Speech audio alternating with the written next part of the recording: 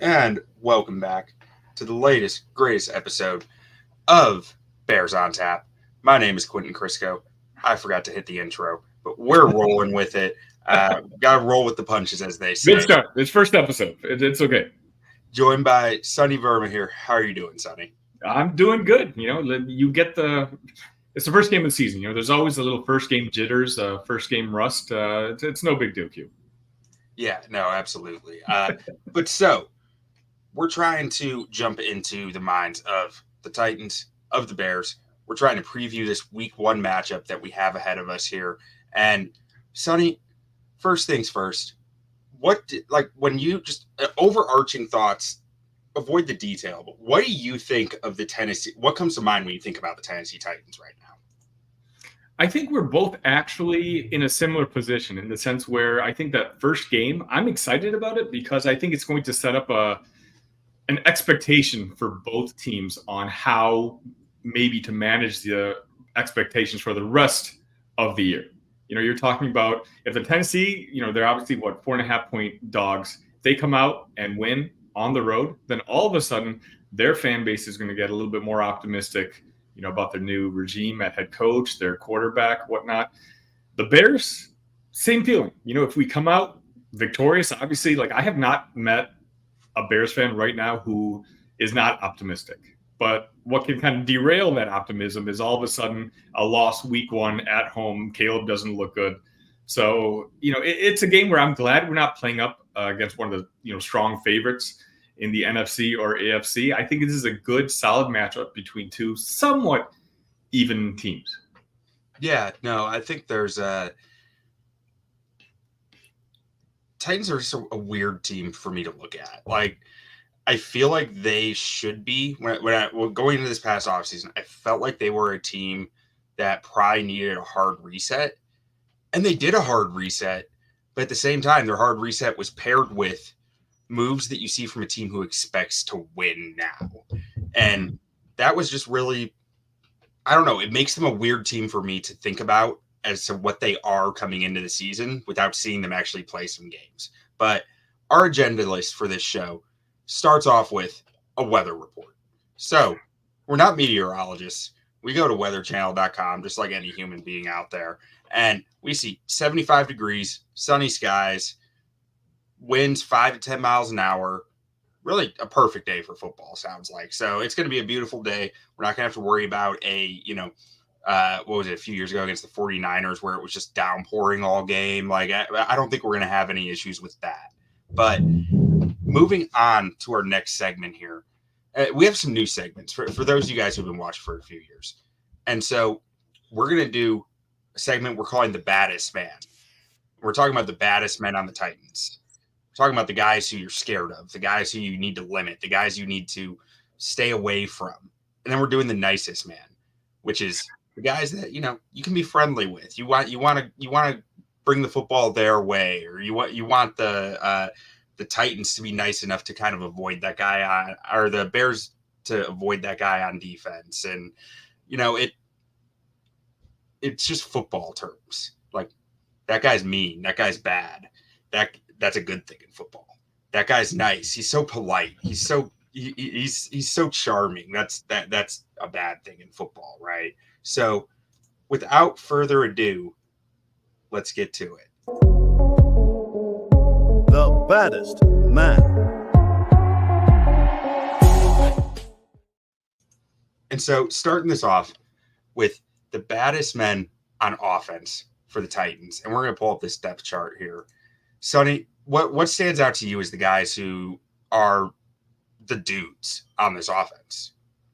The guy I'm worried about is the newcomer, Calvin Ridley. I think with their new, their new head coach, essentially the Tennessee Titans for the last couple of years weren't necessarily known for their offense, but Callahan being the offense coordinator in Cincinnati over the past couple of years, the Bengals ranked second in 2023, fifth in 2022, 13th in 2021, and 13th in 2020 in pass play rate. He likes to throw the ball.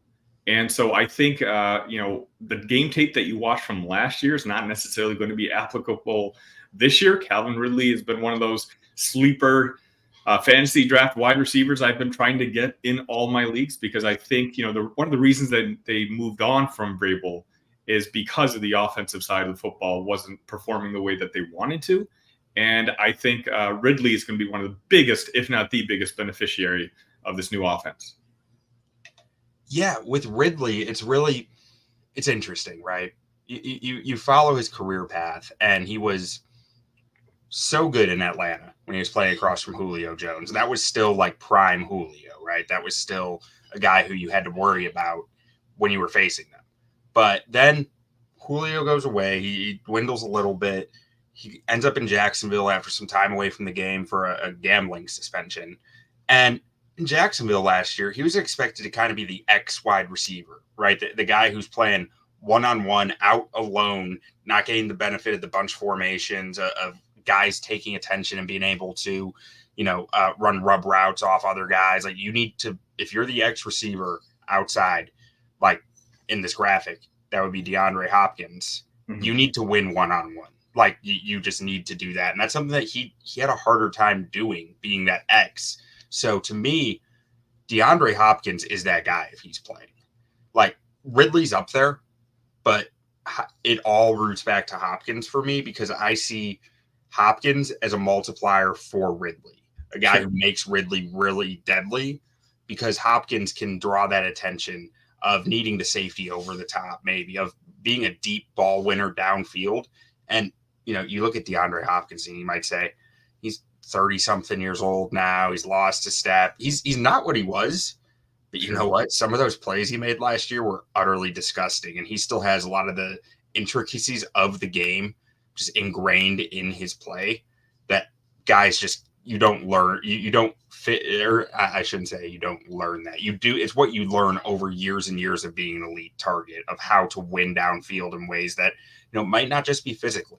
So I think those are the two baddest men on the Titans, D-Hop and Ridley. That's pretty clear to me. I mean, you got Tony Pollard and Tyjae Spears out there, Tyler Boyd. Like, they're all fine, but I'm not that worried about them. They're all complementary pieces to those two top receivers in my mind.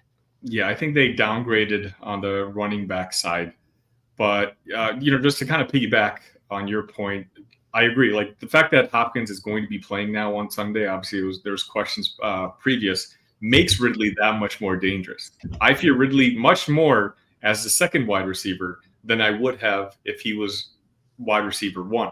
So, yeah, I mean, DeAndre playing now makes those wide receivers, like the Bears defensive backs they're going to have some work to do on Sunday. Yeah, and to be clear, I don't think it's known that Hopkins is playing, but he practiced at least in limited fashion the last 2 days. So it's trending towards him playing, it feels like. And, maybe it's on a bad knee or something. Maybe that makes him an easier cover.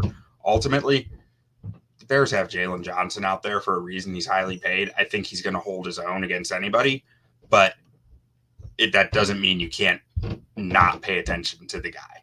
Now, on defense, I'm going to gear in, talking baddest man, on the defensive line personally, because I think Jeffrey Simmons and T'Vondre Sweat make for 650, 670 pounds right in the middle of the defense that the Bears interior line is going to have to navigate. That is a lot of mass, a lot of power, and with Jeffrey Simmons, a lot of twitch and pass rush activity that you really have to be aware of. And with how the rumors of their defense being such a blitz heavy defense, such an attacking defense, that's going to get Jeffrey Simmons some one-on-ones. That's going to get 360-pound T'Vondre Sweat some one-on-ones with 285-pound Coleman Shelton. Right. Nearly 100-pound difference right there. Like, you need to be able to navigate that and be aware of it. Yeah, we'll be talking about this later, I'm sure, on what the Bears have to do offensively. But, having a stud on that defensive line is going to be a challenge for this offensive line right off the bat. Arguably one of the questions on the team is going to be tested in the first game of the season, which is probably how you want it done.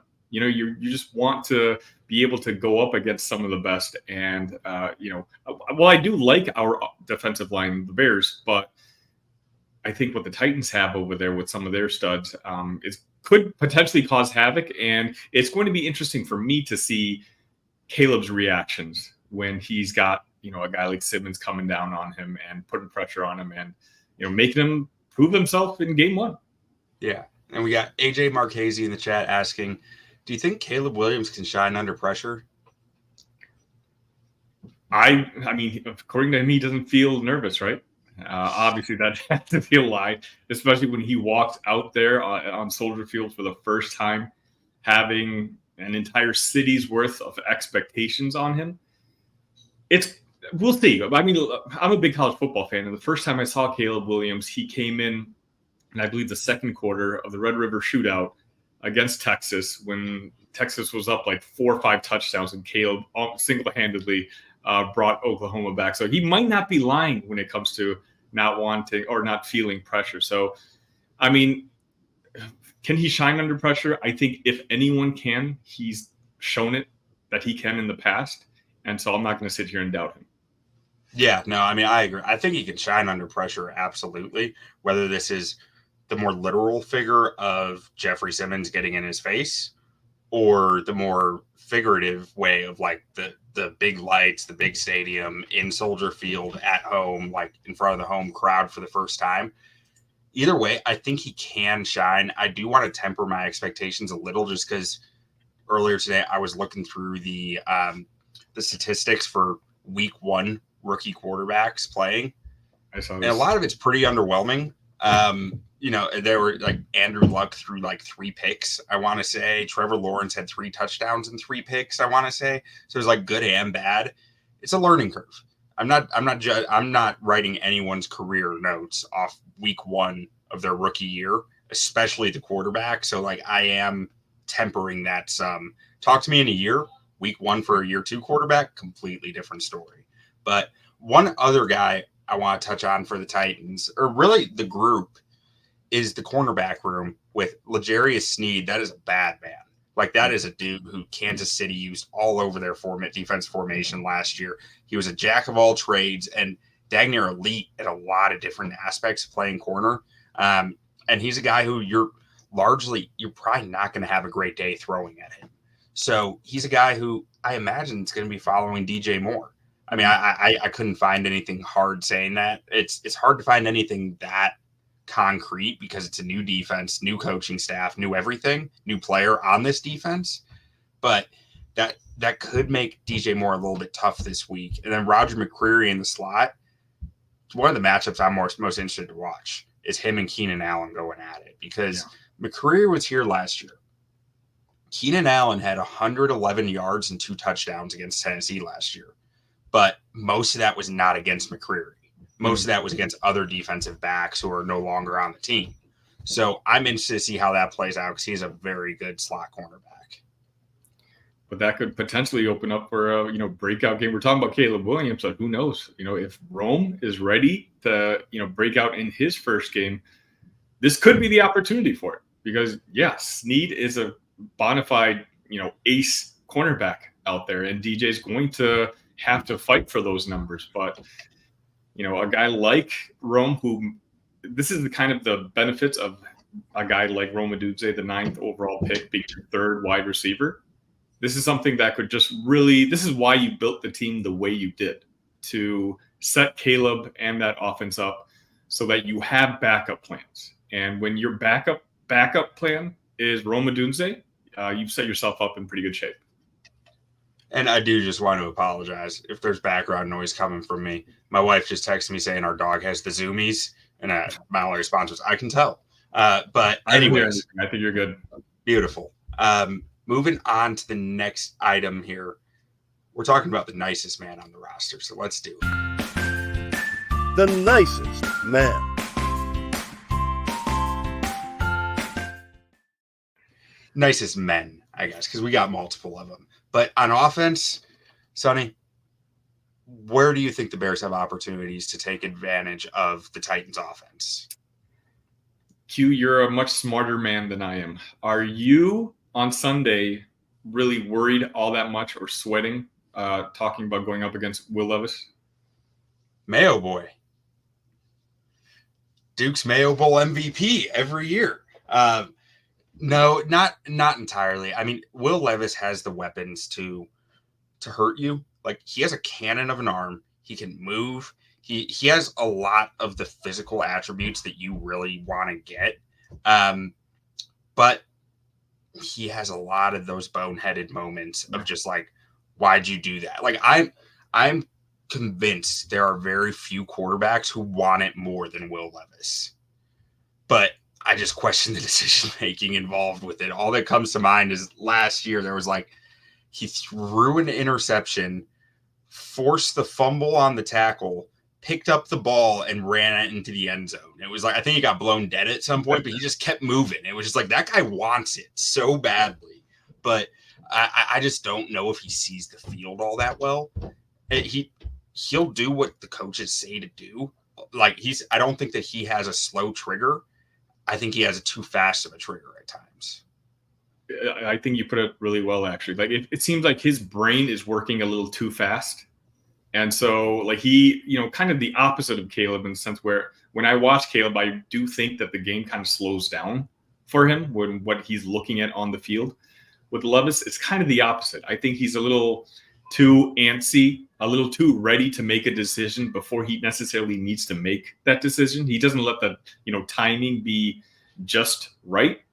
And so I'm hoping, our defense, which, was much improved over the last, 8 or 9 games of the season at the end of the year, are going to be able to take advantage of the quarterback situation first and foremost.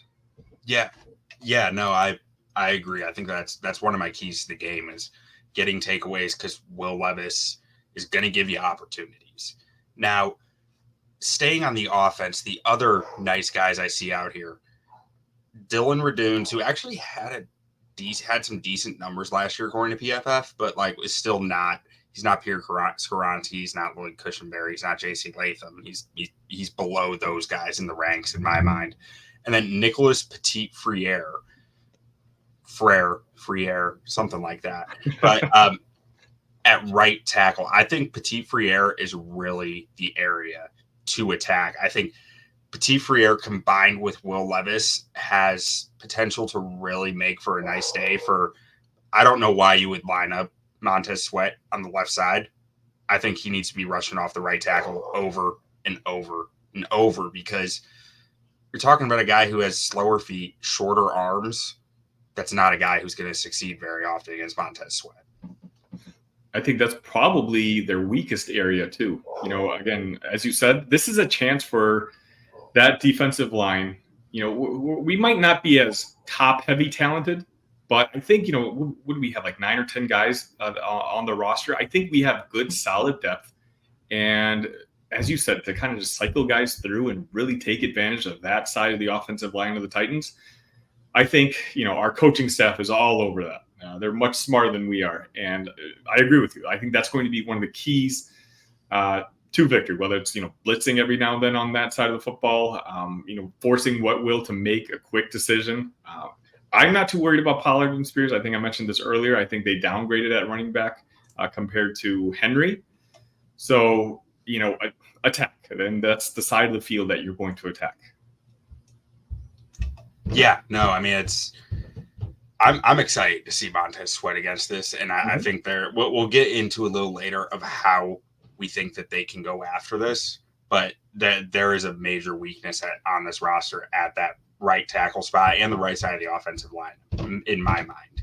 Now, moving to the Titans defense, first thing that stands out to me when I'm thinking about who the nicest guys here are is linebackers. And they just made a move to go get Ernest Jones, who has a nice number here.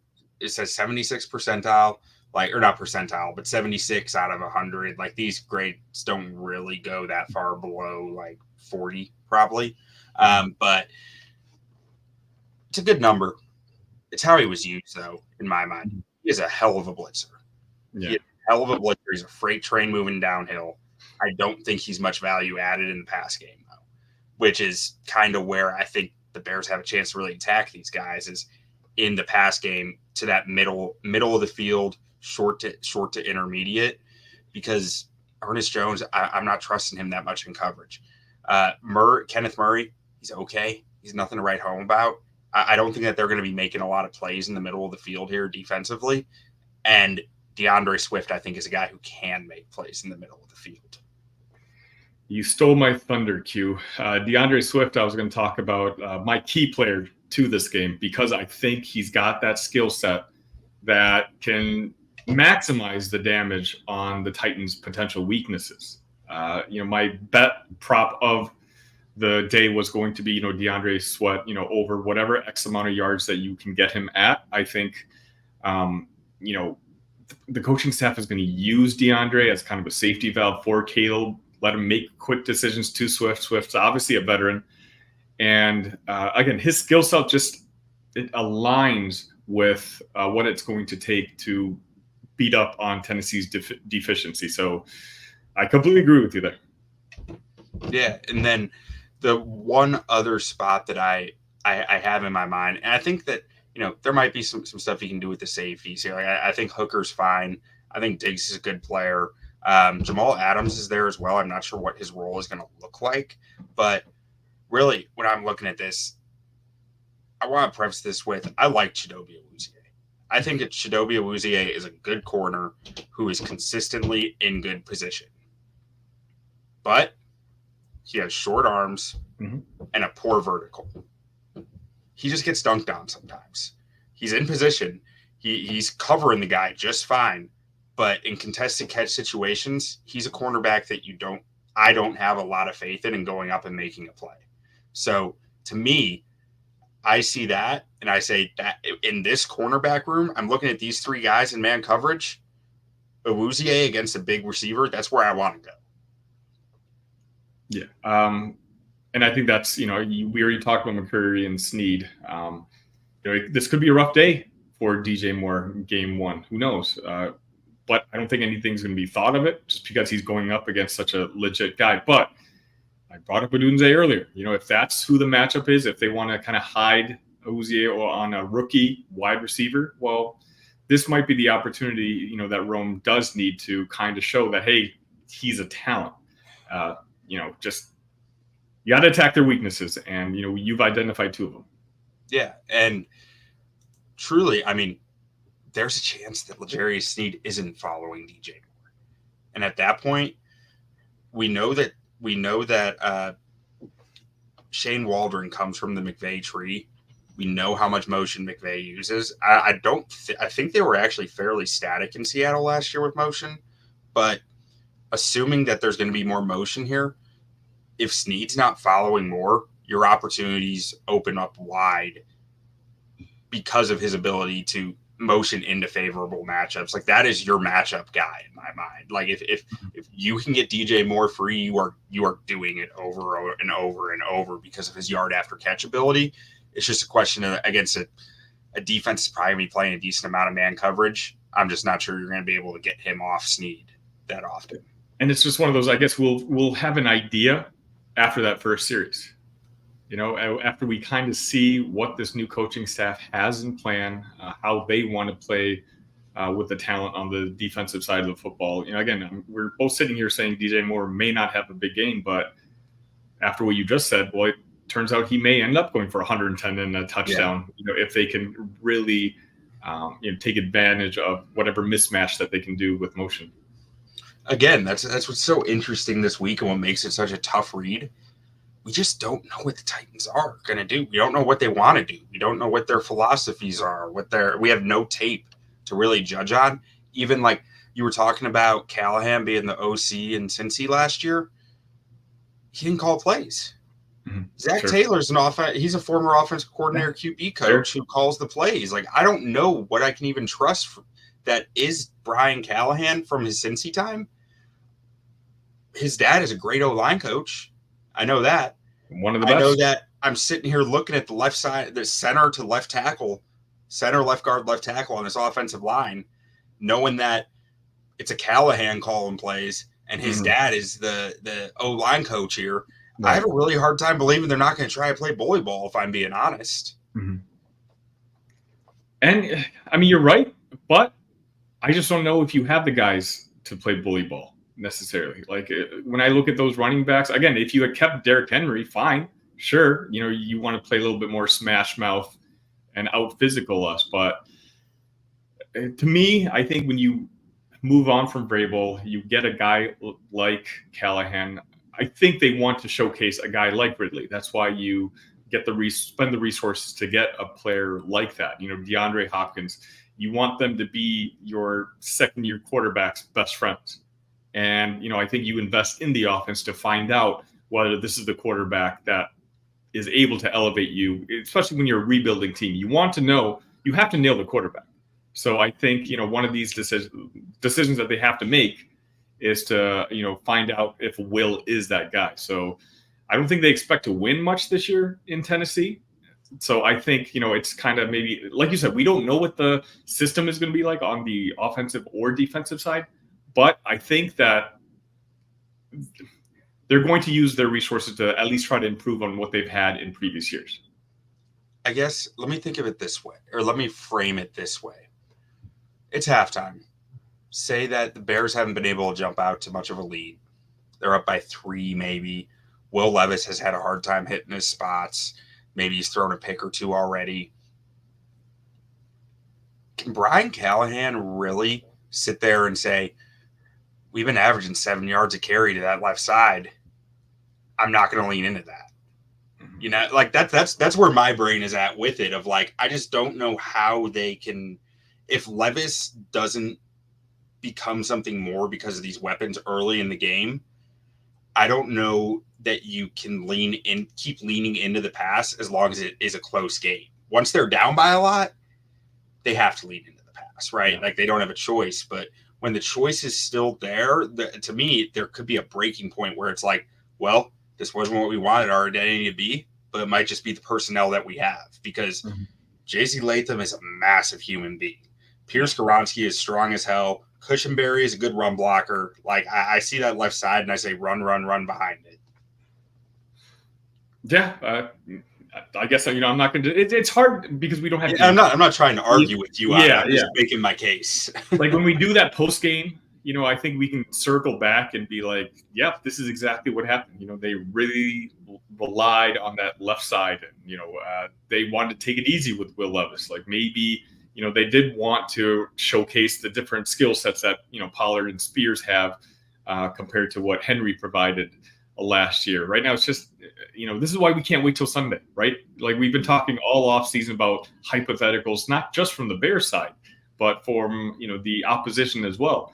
And with Tennessee, there's just not that history there that we know for sure what we can count on seeing. And so Sunday is going to be that first example. Yeah. And then so I'm going to lean a little bit into the article that I just wrote about my 3 keys for the Bears to win this game, because it plays into our kind of discussion of how to attack and avoid these guys who we've mentioned as the baddest men and the nicest men on the field. The first key that I have, my third most important key, was beating the blitz. And that's a full offensive team effort for the Bears in my mind. When you're talking about a defense who it seems pretty clearly is going to be, like, everyone seems pretty convinced that it's going to be an attacking defense. And I don't have any reason to sit here and say they're wrong. From everything I can see, it's made in sound logic. But so that puts more pressure on the Bears' pass protection.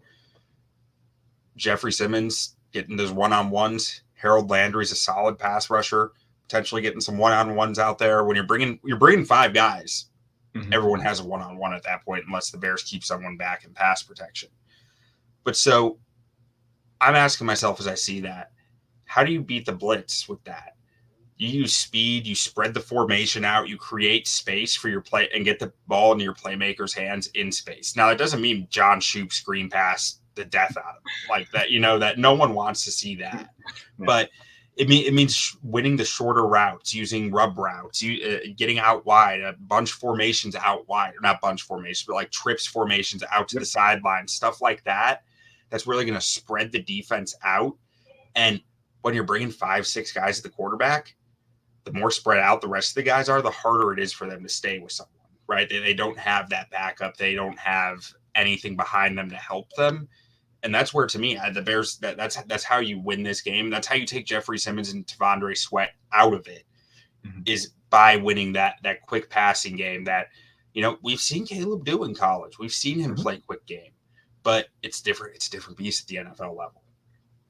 Kind of piggyback on that thought, if you let their defensive line, put pressure on you guys on offense, like you said, you just counter it right back. You all of a sudden switch it around and put pressure on their secondary.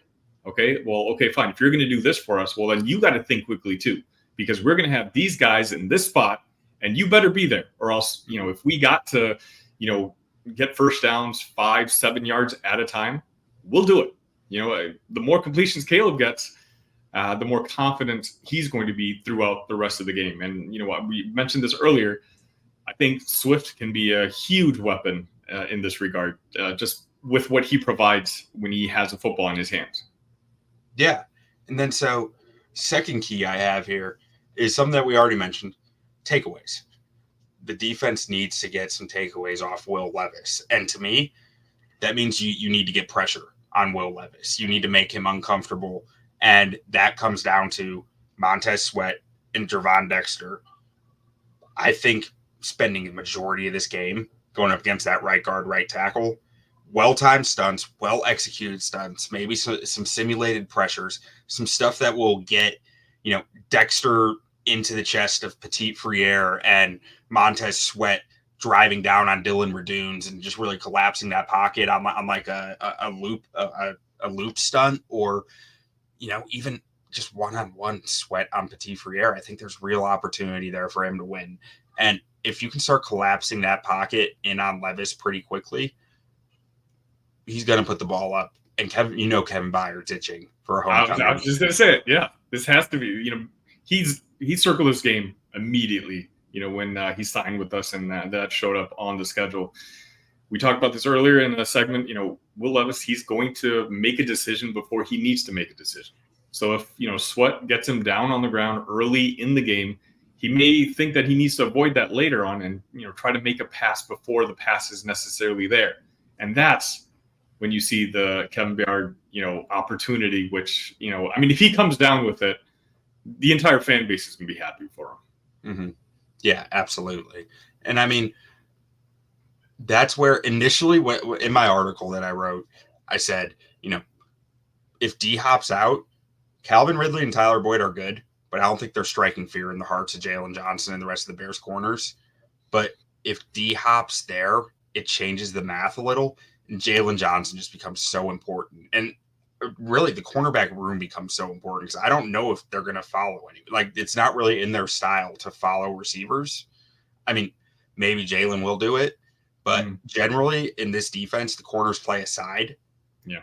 And that's what I would expect to see. They're playing aside. So I would expect to see D-Hop against Tyreek Stevenson more than anything.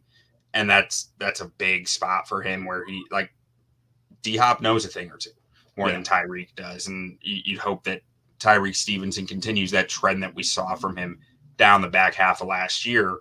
But if not, D-Hop can win jump balls. And Will Levis can make quick decisions just to toss it up to D-Hop. Like, screw it, D-Hop's down there somewhere, right? Yeah. Uh-huh. Now, let's check the comments. Oh, we got I Am Skokes in the comments, dude, of course. And then last key of the game for me. Make the Titans pay to play bully ball. If they're going to go into that bully ball mentality that I mentioned of the running behind the left side, clogging up the box on defense, really getting after the quarterback, you need to make them pay for it. Like, they have the size and the power advantage. That's just the way it is. You trying to out-bully them, to me, is a losing battle. Not that you don't have big, strong guys in the Bears, you do. But your team isn't built for that style of football. This was a Mike Vrabel team. They changed a lot of people, but they still have some basics of a Mike Vrabel punch you in the mouth football team that are gonna be there. So, to me, you don't try to outpower the bully. You outsmart the bully, right? You outquick the bully. You're faster. You're smarter. You're better executed. You use that speed and spacing on offense. And defensively, you use creative stunts. You use the length and the speed that your defenders have, something that Matt Eberflus really cares about in the players that he targets is length and speed. That's not a coincidence. He wants to play with 7 men in coverage, just flooding the space with hands, with bodies to make it harder on the quarterback. The second you start blitzing a whole lot off of that or poor timingly do it and saying, we're just going to get it. We're going to go get it. We're going to be a Buddy Ryan defense. Like, it won't work because you don't have this. You don't have the personnel for it. Right. So to me, just really, this one comes down to be who you are. In a Matt Nagy phrase, be you. Like, you're not a bully. You're fast. You're smart. You're well coached. That's how you beat this Titans team. Simply just play to your personnel. Yeah. You've built your team a certain way for the last couple off seasons, targeting a certain type of player with certain type of attributes. If in game 1, where you're a 4.5 point favorite, you don't just, if you go away from what your strengths, what you building your team up to be, then what are you doing? Like, that goes against what this whole rebuild has been for the past couple seasons. So just play to your personnel. You're fortunate in the sense that what Tennessee needs to do to win this game, you have the personnel to counteract, to counter something like that. And so play to your strengths. You have some really good players on your offense. This is not the typical, just run the ball, smash mouth Chicago Bears team that we're traditionally used to having. We have a wide receiver 3 who would have been the wide receiver 1, for the better part of Bears history. And so play like it. I think that's what you're trying to say. Yeah, exactly. Play your game. Now, Sonny, we've talked about it a little bit to this point, but who are a few of your key players in this game for the Bears? I know you mentioned DeAndre Swift, and is there anyone else, or do you want to give a little more detail on why you like Swift in this game? Well, Swift, I'll just kind of wrap this up with Swift in the sense where I think, he can catch the ball. He can rush the ball. I think you want Tennessee to always be mindful of where he's at on the field, what they're doing with him. Because if they're focused on DeAndre Swift, again, the way this Bears team is built, we have 3 other weapons and Cole Kmet, at tight end, where we outnumber them basically from what they can kind of defend on the defensive side. So I think Swift is my key. I think if I had to pick a pick to click, if you want to call it that, it would be Swift for that game. But otherwise, I know this sounds cliche, but I just want to see what Caleb does. This is against a team which, in my opinion, we're better than. I think when I graded out the different units on the team, we have a better unit on majority. So Caleb at home, I want to see, is it true? Like, does he show nerves? Does he, have the history that previous number 1 picks or top quarterbacks have in their first games? Or does he play within the system? I don't think Eberflus, I don't think Waldron are going to put him out on an island against Tennessee because they don't need to. This is not a team that is better than us. We don't have to necessarily make plays to beat Tennessee. We just have to play our game. And so can Caleb play, just in control? Can he just let the moment come to him? And that's going to be the number 1 thing I take a look at. Obviously, we've had all off season ever since we know that we got the number 1 pick about Caleb and envisioning what he's going to look like wearing that blue and orange. And so Sunday, I want to see, he's not going up against Kansas City or Philadelphia, one of the top teams in the league. This is a team that we should beat, and I want to see him just kind of take care of business. Yeah, no, I'm with you there, and I'm with you on Swift. One of my favorite bets this week for this game is DeAndre Swift anytime touchdown. Mm-hmm. I think he's a mismatch maker out there, and he is a guy who they're going to be able to get in the ball in his hands in some creative ways and let him work in that space. Now, another guy who I'm really interested to see in this game, and we touched on it a little already, but it's Rome Odunze. Mm-hmm. I mean, I think that matchup with Chidobe Awuzie, and this is all, as we said, contingent on is L'Jarius Sneed following DJ Moore. I'm assuming that he will be, which means I'm getting Rome Odunze one-on-one vertical shots against Chidobe Awuzie. Because, one, I believe that Rome Odunze can play defensive back well enough to make sure there's no interception. Because Awuzie, good corner, short arms, and poor vertical. Mm-hmm. Rome, just don't let it be an interception if you can't get it. Like that seems like an easy thing to say to me. Now, if you can get it, just go get it. Mm-hmm. You're bigger. You can jump higher. You got longer arms. It's simple math. Football's a simple game sometimes. And that's, to me, that is a simplicity within the game of Rome is bigger than this guy, more athletic. He can go get the football. Now, a third one for me is Gervon Dexter. And not for the reasons that I think a lot of people would assume. I mentioned Dexter being used on the stunts, being able to get some interior pressure. I think that's all important. But down the stretch last year, Dexter really struggled against the run. Like, he was just getting walked out of his run fit at times. And a big part of it was he just wasn't using his hands. He wasn't catching blocks. He wasn't controlling blocks with his hands. He was just trying to cement his feet down. And at the NFL, you need to use your hands more in run defense. Now, if he is not maintaining his run fits, I think this game starts to get a lot murkier because you got a thin defensive tackle room. Tennessee might start to say, one, if Dexter's on the right side and they're making us run at Billings on the left side, we can space stuff out where we still have an advantage to the right and we can still keep going right at him. Or if he's on the left side, we're having a good time. Like, that's if Dexter's playing the way that he did down the stretch last year against the run. Now, if he's improved there, he has the tools to be a solid run defender in my mind. It's one of the things I loved in his college tape. You just need to learn to use those hands more. If he did improve that run defense this offseason, that's huge because that means you can take away the run game. Like, you can put Billings on the left, you can keep him on the right. They can't scheme up advantages to run at Dexter on the right side. And you know what? You're suddenly sitting in a really nice spot where you're saying, we feel like we can control the line of scrimmage because Andrew Billings is a load of a man that is hard to handle for anybody.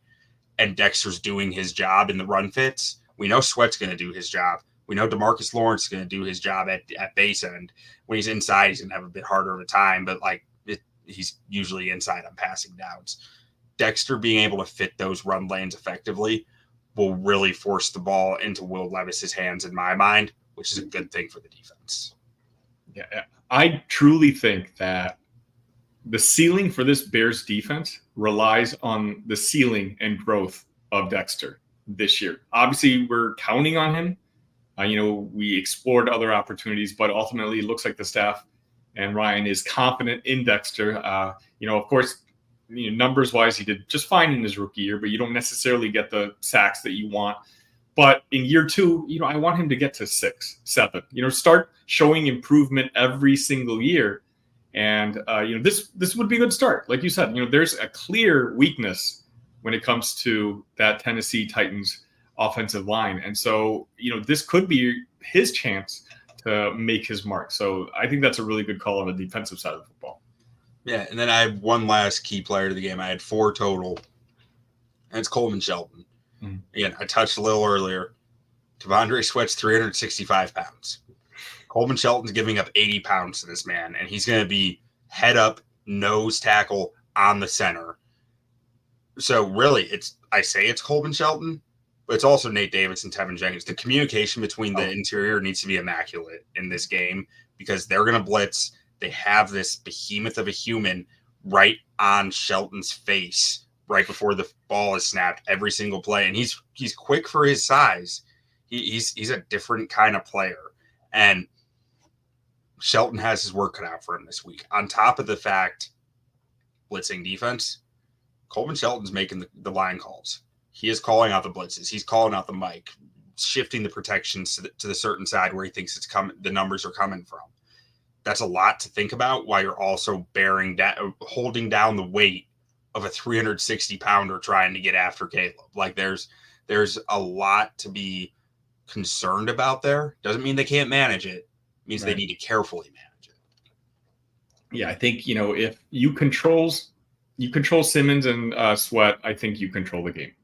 I think if they are able to take advantage, get to the quarterback, well, then guess what? Tennessee builds up their confidence. Who knows? Again, as much faith as we have in Caleb, he's still a rookie quarterback.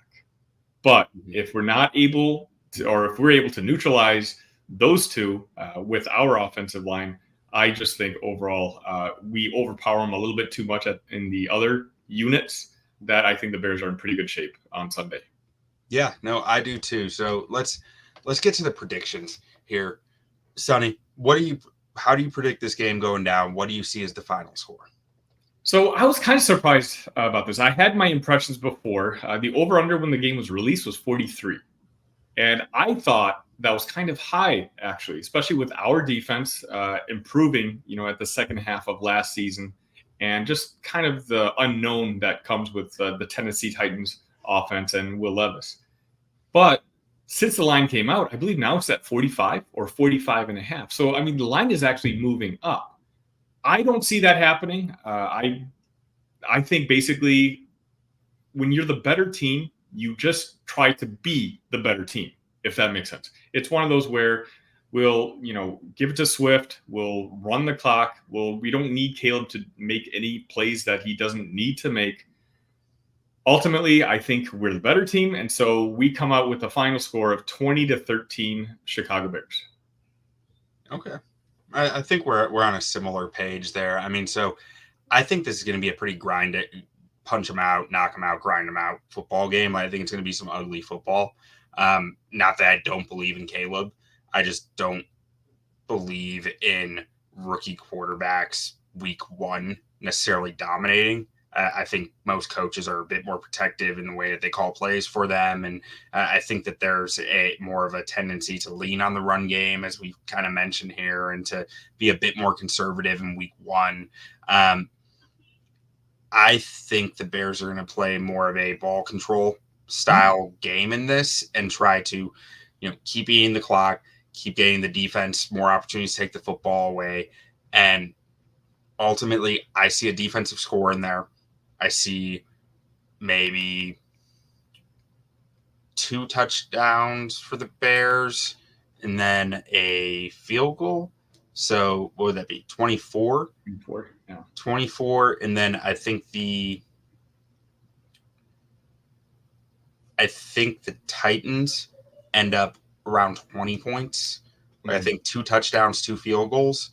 24-20 feels perfect to me, because the way I see that and the way in my head this works out is the Titans have the ball in the 2-minute warning, so somewhere within 2 minutes, and they need a touchdown.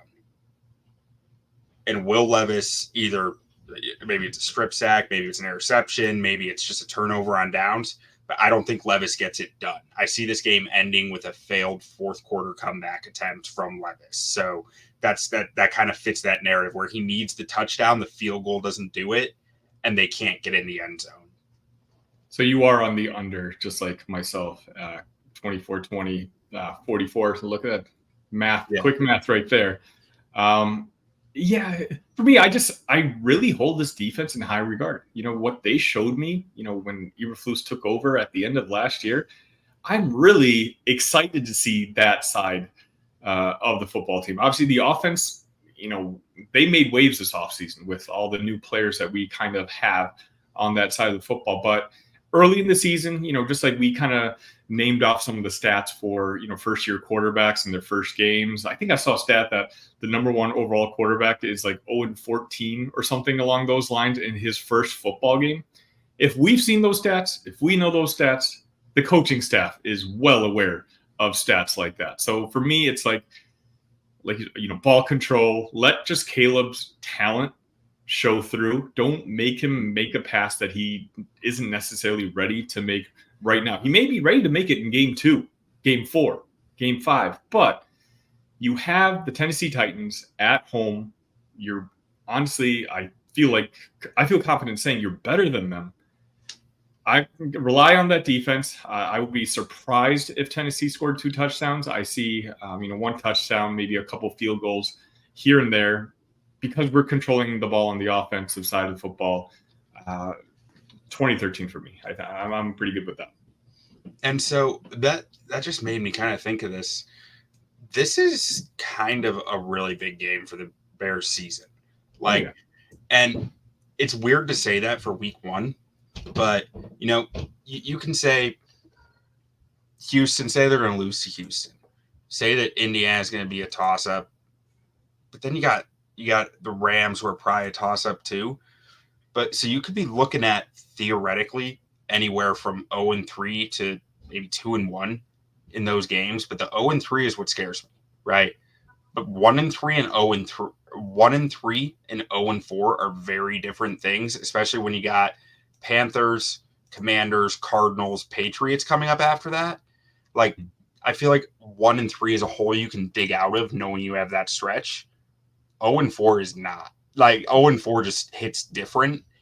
And not that I expect the Bears to lose at each one of those games, but I think the risk within it of losing this game can put a lot more weight on the team through the next few weeks, whereas winning it really eases a lot of that to the soft spot of the schedule.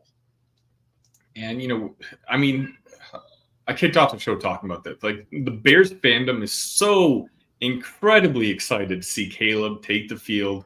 The optimism that we've had with this particular team is one I haven't seen in 6, 7, 8 years.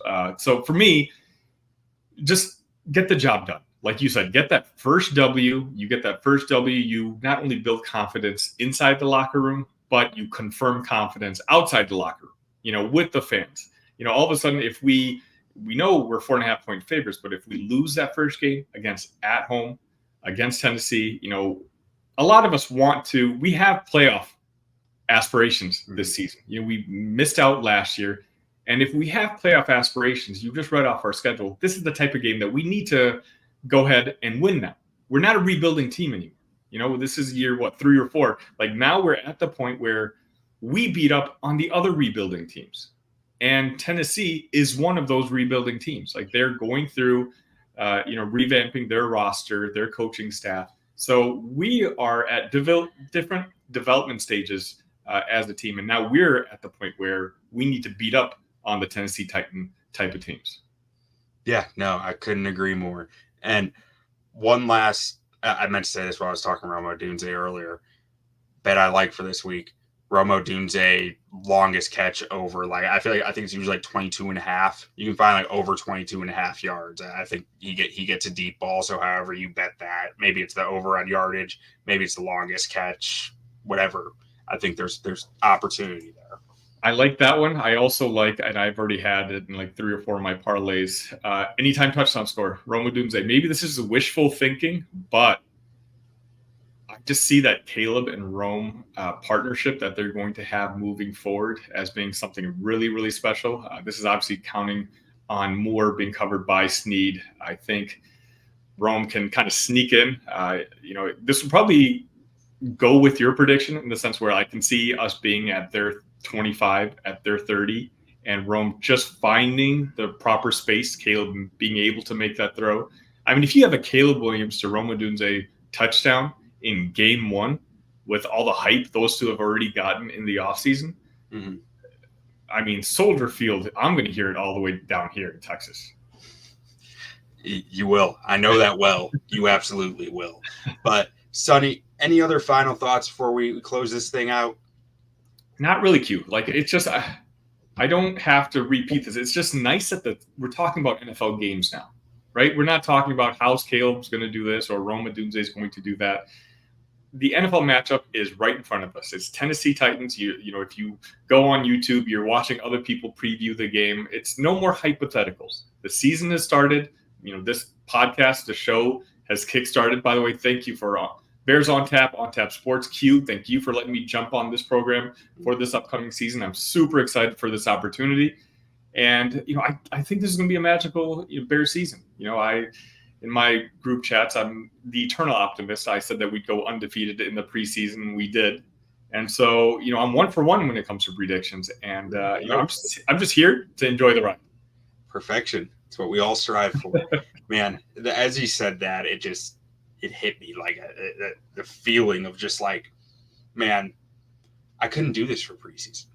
I couldn't sit here and think about, where are the strengths that we need to be able to stop? Where are there weaknesses we need to be able to attack? It's so much less entertaining of a game to me when I can't sit there and think about the chess match that is within the game of, how you mitigate those risks, how you find those opportunities. It's like, we're finally here. We're finally days away from Chicago Bears real life football, and I can't wait.